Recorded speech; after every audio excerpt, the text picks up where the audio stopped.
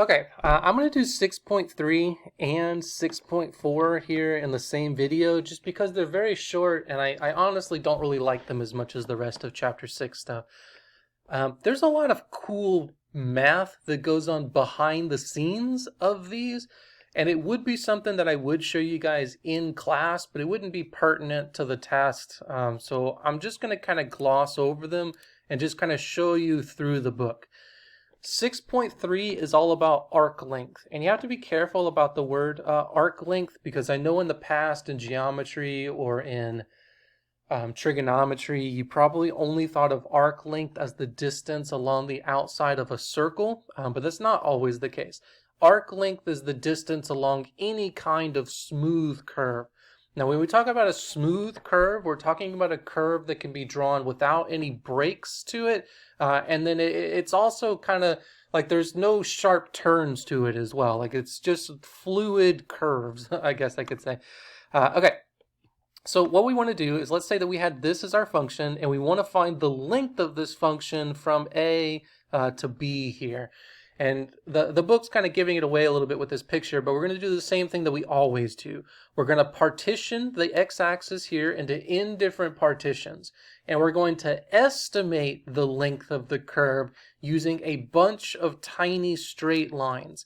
Now, of course, they only draw about 5 different partitions here, but you have to remember that we want to think of it as an infinite number of partitions. So there's an infinite number of super, super tiny partitions that are all little straight lines.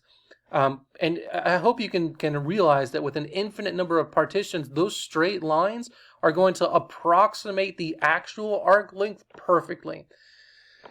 To do that, there's a lot of difficult math that goes on behind the scenes that I think is very interesting. One thing that shows up that's kind of strange is this mean value theorem, which you probably haven't heard of in quite a while. But the mean value theorem actually shows up in finding this. So because it's going to be a little difficult to show you exactly how all the behind the scenes stuff works, I'm just going to jump straight into the answer. So here's going to be the answer. This is the formula that would then be on the formula sheet. To find the arc length of a function is this formula.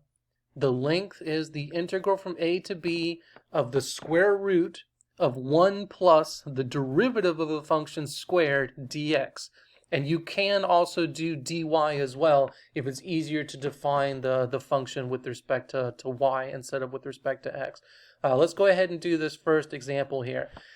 These are hard to do only because that integral can be very difficult. That's why the function is so weird looking, because it's only certain functions that come out to actually be doable by hand. So here we go. So we'll do this first example here. I'm going to copy this over to Notebook. 4 square root 2 over 3 x to the 3 halves minus 1. So 4 square root 2 over 3, I think it was, x to the 3 halves minus 1. I'm going to look back over just to make sure I got that right. 4 root 2 over 3, and we're doing this between 0 and 1. Okay, so we want to find the arc length of this. Just to copy down that formula, the arc length is the integral from a to b. So for us, that's going to be 0 to 1 of the square root of 1 plus the derivative of the function that we're trying to find the arc length of squared, all dx. Okay. So, first thing we're going to have to do to even plug it in is we're going to have to find the derivative of the function. So that's going to be the derivative of this thing, 4 root 2 over 3, x to the 3 halves minus 1. So this 4 root 2 over 3 x to the 3 halves, when we take the derivative of that, we're just going to multiply down that 3 halves, which is going to leave us with, if you fiddle around with it, the 3's will end up canceling. I have a 4 up top, and then this 2 is going to go on the bottom, so that canceled that out to be a 2. So we're going to end up with 2 square root 2 as the coefficient, and then that x, we're going to drop the exponent down by 1 and make that an x to the 1 half. And then, of course, the derivative of 1 is just 0, so that just disappears. Okay, if I plug that into my formula now, this will be the integral. It's going from 0 to 1 of the square root of 1 plus, just to plug it in for now, the whole derivative, 2 root 2 x to the 1/2 all squared dx. Okay. Squaring that off, still the integral from 0 to 1, still the square root of 1 plus, be a little bit careful here, so just square each of these individually. 2 squared is 4, square root of 2 squared is 2, so 4 times 2 is 8, and then x to the 1/2 squared is just going to be an x, so we're going to end up with just 8x here. Okay, and now we have this, the integral of 1 plus 8x dx. So we want to try to find the antiderivative of that.